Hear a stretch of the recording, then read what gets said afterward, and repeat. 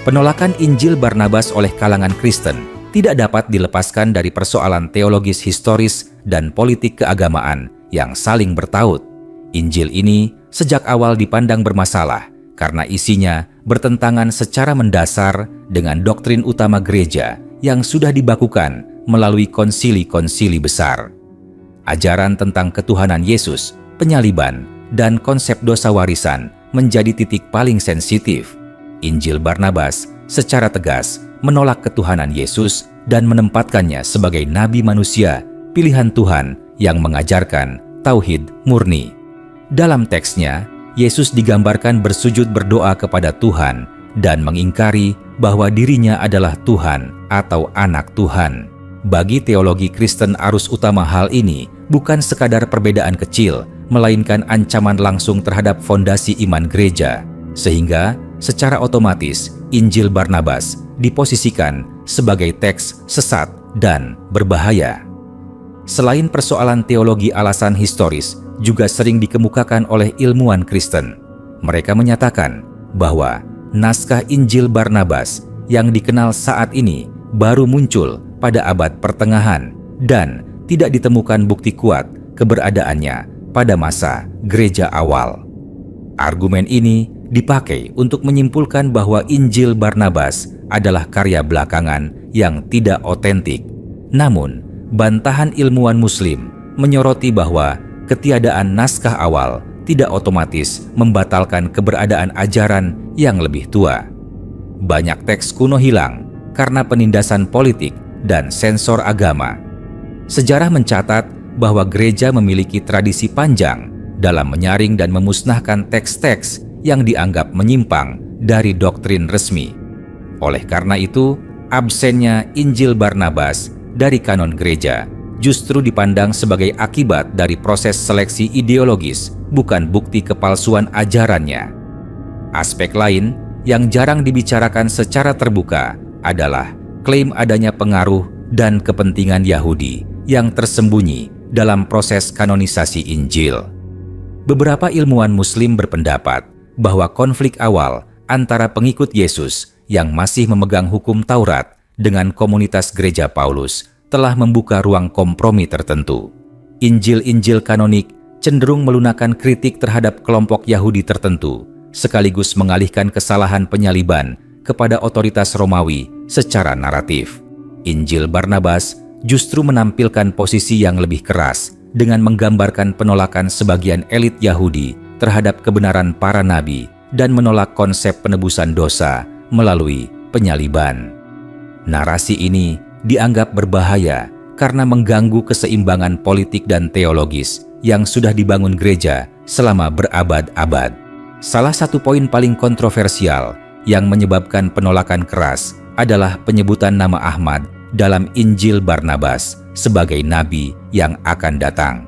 Dalam teks tersebut, Yesus secara eksplisit memberi kabar gembira tentang kedatangan seorang rasul bernama Ahmad yang akan menyempurnakan risalah tauhid.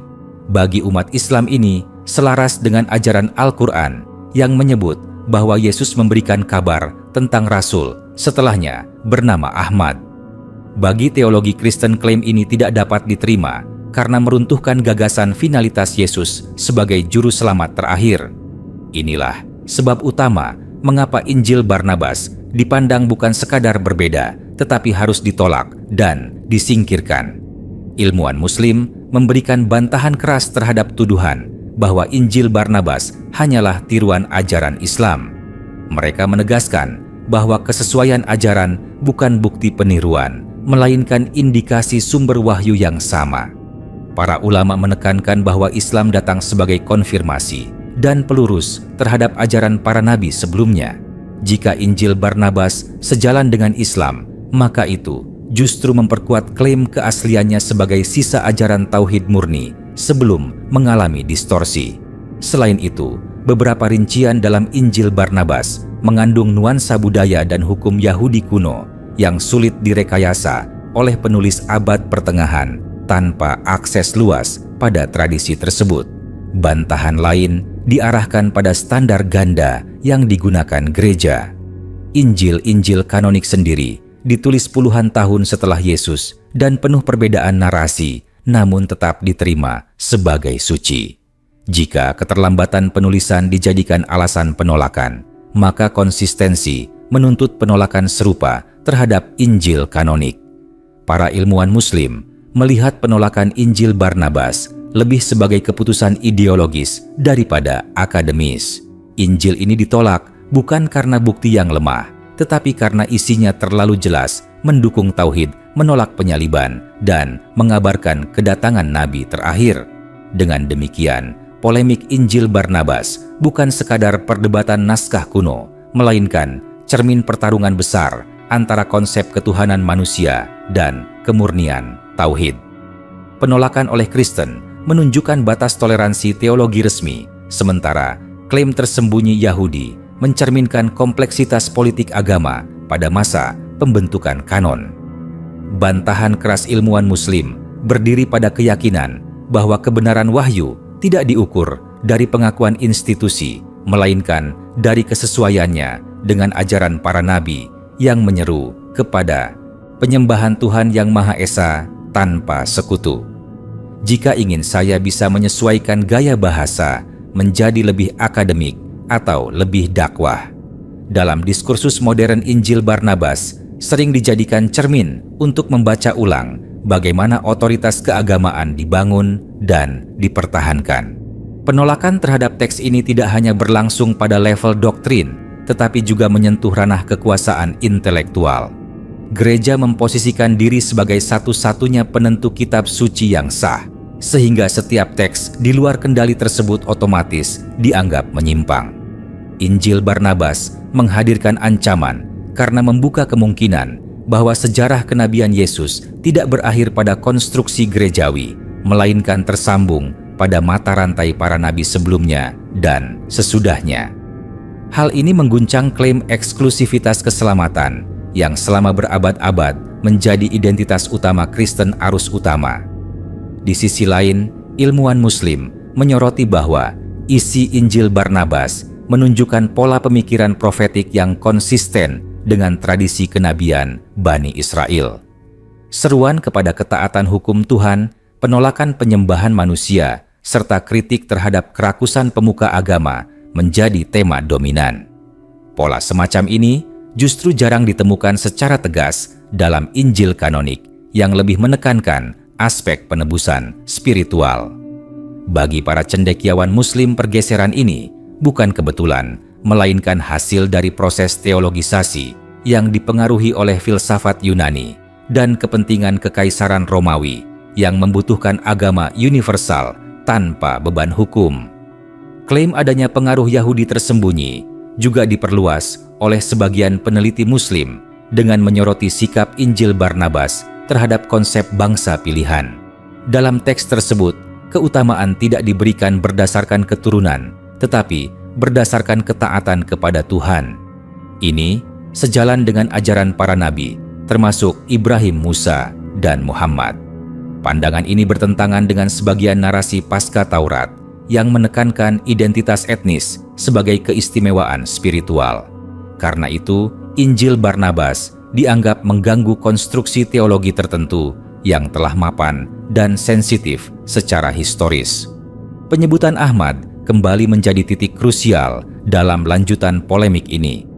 Ilmuwan Muslim menegaskan bahwa kabar tentang nabi yang akan datang bukanlah fenomena tunggal dalam Injil Barnabas.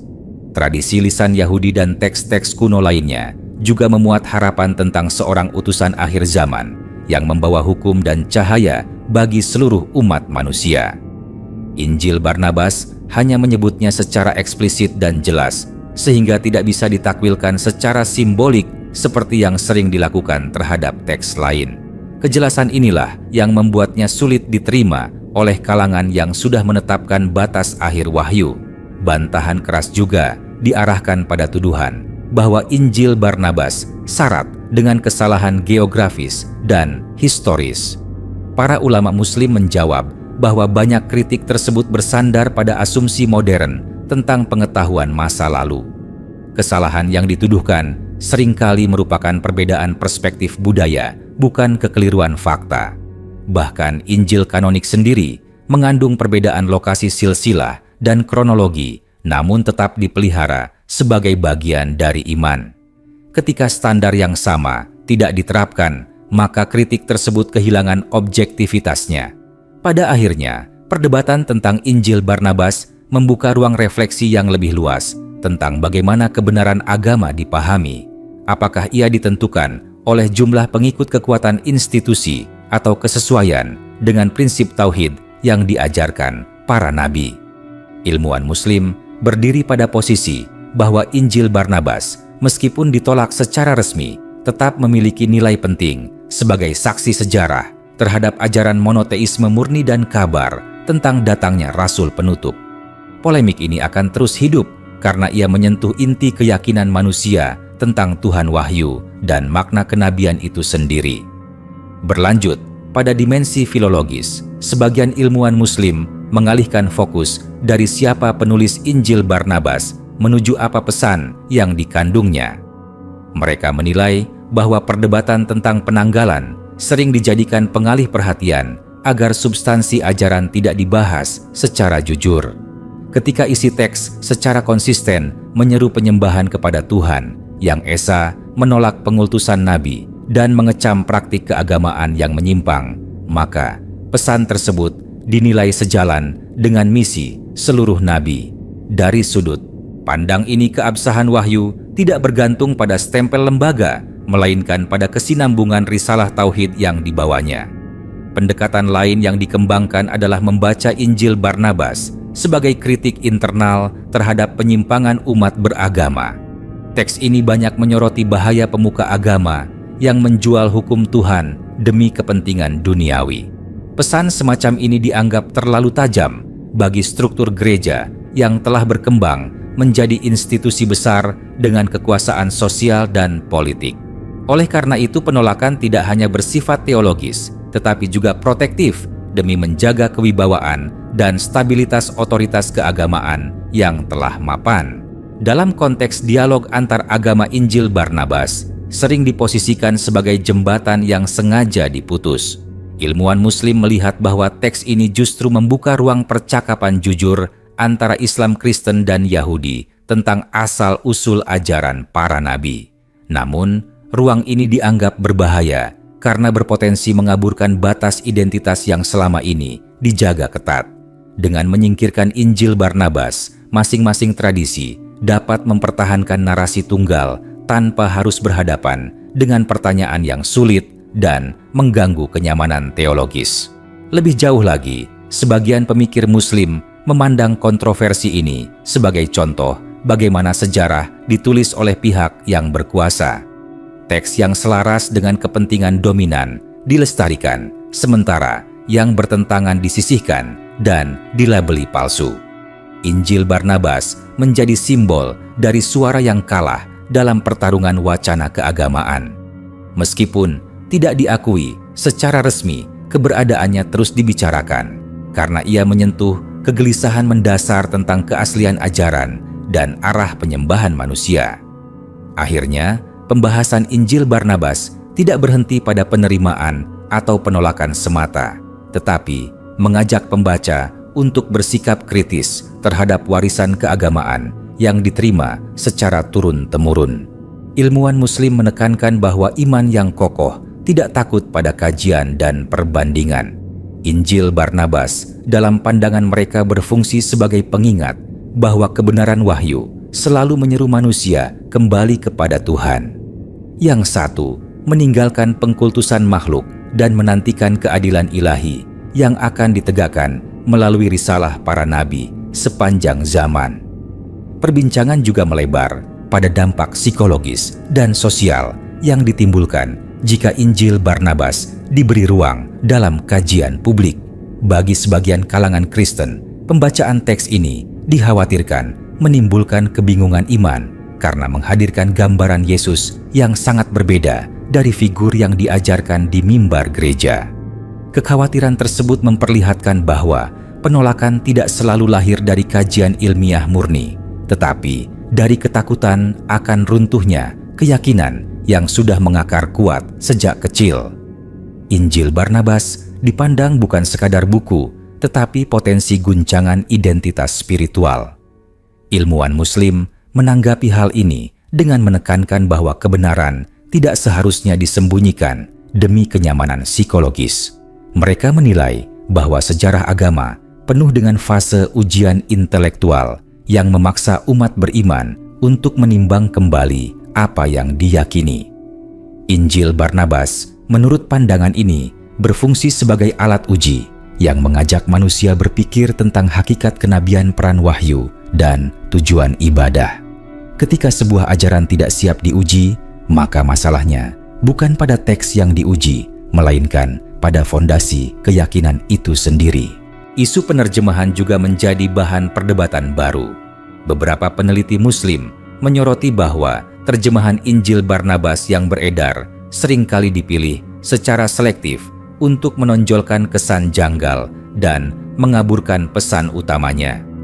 Nuansa bahasa asli dianggap tidak disampaikan secara utuh, sehingga pembaca diarahkan pada kesimpulan tertentu sejak awal. Praktik ini dipandang sebagai bentuk kontrol wacana yang halus, namun efektif dalam membentuk opini publik terhadap teks yang tidak diinginkan. Dalam kerangka perbandingan agama, Injil Barnabas juga dipandang sebagai pengingat bahwa konsep wahyu selalu mengalami dinamika. Ajaran para nabi disampaikan dalam konteks masyarakat tertentu, lalu diwariskan melalui generasi yang memiliki kepentingan dan tantangan berbeda.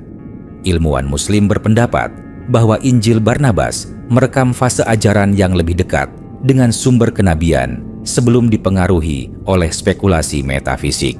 Karena itu teks ini sering terasa lebih sederhana, lugas, dan keras dalam menyeru penyembahan kepada Tuhan semata. Pada titik ini, polemik Injil Barnabas melampaui batas akademik dan memasuki wilayah keberanian moral. Membacanya berarti bersedia menghadapi kemungkinan bahwa sejarah keagamaan tidak selalu berjalan lurus dan bersih. Ilmuwan Muslim tidak memaksakan penerimaan universal terhadap teks ini, tetapi menolak keras upaya membungkam diskusi.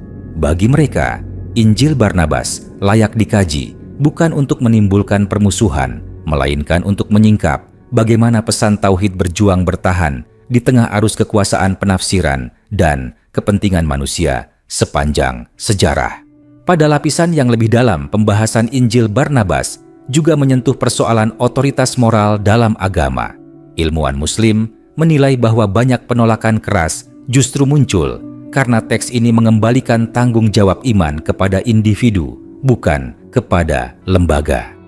Injil Barnabas berkali-kali menekankan pertanggungjawaban pribadi di hadapan Tuhan atas amal dan keyakinan. Pesan semacam ini dianggap berbahaya bagi sistem keagamaan yang bergantung pada perantara sakral untuk mengatur keselamatan umat. Ketika hubungan manusia dengan Tuhan dibuat langsung tanpa lapisan hierarki, maka peran institusi menjadi relatif, dan inilah yang memicu resistensi. Perhatian juga diarahkan pada cara Injil Barnabas menggambarkan akhir zaman. Teks ini tidak memusatkan harapan pada penebusan simbolik, melainkan pada keadilan Tuhan yang ditegakkan melalui hukum dan kebenaran. Ilmuwan Muslim melihat pendekatan ini sejalan dengan pola wahyu dalam kitab-kitab samawi yang menekankan hisab dan balasan. Gambaran tersebut berbeda dari narasi keselamatan instan yang berkembang kemudian. Perbedaan paradigma ini membuat Injil Barnabas sulit diselaraskan dengan doktrin yang telah lama diajarkan, sehingga lebih mudah disingkirkan daripada ditafsirkan ulang. Dalam konteks klaim Yahudi yang tersembunyi, sebagian pemikir Muslim mengamati bahwa penolakan terhadap Injil Barnabas sering disertai penguatan narasi tertentu tentang sejarah kenabian yang selektif. Ada kecenderungan menonjolkan figur-figur tertentu sambil meredam pesan universal yang menghapus keistimewaan kelompok. Injil Barnabas dengan tegas menyatakan bahwa kemuliaan di sisi Tuhan tidak diwariskan melalui darah atau bangsa, melainkan melalui ketaatan. Pernyataan ini dianggap mengganggu konstruksi identitas keagamaan yang selama berabad-abad dijaga melalui narasi sejarah pilihan. Ilmuwan Muslim juga mengkritik cara sebagian akademisi Barat mendekati Injil Barnabas dengan kacamata kecurigaan sejak awal. Mereka menilai bahwa penelitian yang jujur seharusnya dimulai dari pembacaan netral terhadap isi sebelum menarik kesimpulan. Ketika sebuah teks sejak awal diberi label palsu, maka seluruh analisis berikutnya akan diarahkan untuk membenarkan prasangka tersebut. Sikap ini dianggap bertentangan dengan etika ilmiah yang seharusnya membuka kemungkinan temuan yang tidak nyaman. Pada akhirnya, lanjutan polemik ini memperlihatkan bahwa Injil Barnabas berfungsi sebagai cermin yang memantulkan kegelisahan umat beragama terhadap sejarahnya sendiri. Ia memaksa pembaca bertanya tentang bagaimana ajaran para nabi diwariskan, siapa yang berhak menentukan kebenaran, dan sejauh mana kekuasaan memengaruhi tafsir wahyu.